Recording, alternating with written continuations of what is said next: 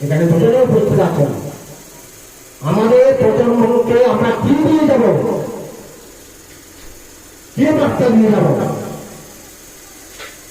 অনেকে বলে এগুলো শুনতে খারাপ লাগে, যুবক ভাইয়েরা যা মুখের ভাষা বলে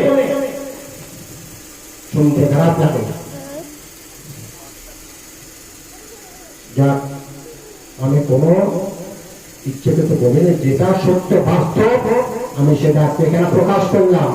পূজনীয় ভিক্ষুর সঙ্গে পাদমে বন্দনা যায়, সুকুমার বড়ুয়া মাতৃদেবী যেখানে ঠাকুর না কেন, যেগুলো উৎপন্ন কেন, অষ্টপরিষ্কার সংবিধানের পুণ্য আমাদের যারা ভিক্ষু সংঘ আছে, আমাদের জন্ম জন্মান্তরের পুণ্য আছে, সামান্য জীবনের পুণ্য আছে, ভিক্ষু জীবনের পুণ্য আছে।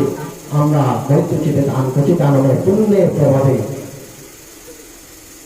সুকুমার বড়ুয়া মহোদয় মাতৃদেবী উচ্চস্থানে অবস্থান করুন, উচ্চ মানুষের পুণ্যবান পুণ্যপতি পিতামাতাকে জন্মগ্রহণ করে সেখান থেকে নির্বাণ সাক্ষাৎ করুন। তথা সুকুমার বড়ুয়ার অত্র এলাকার উত্তর দক্ষিণে পূর্ব পশ্চিমে যত নাম লক্ষ মনুষ্য মনুষ্য দেবতা আছেন, তারাই পুণ্য আমাদের থেকে সুখের শান্তি লাভ করুন। আপনাদের প্রাপ্ত জীবনে সবাই সব রক্ষা করুন, অশান্ত পৃথিবীর শান্তি পৃথিবী যেমন হোক, এই দুটো কথা বলে আমরা সমাপ্ত করলাম। ভবাতো সর্বমঙ্গলং।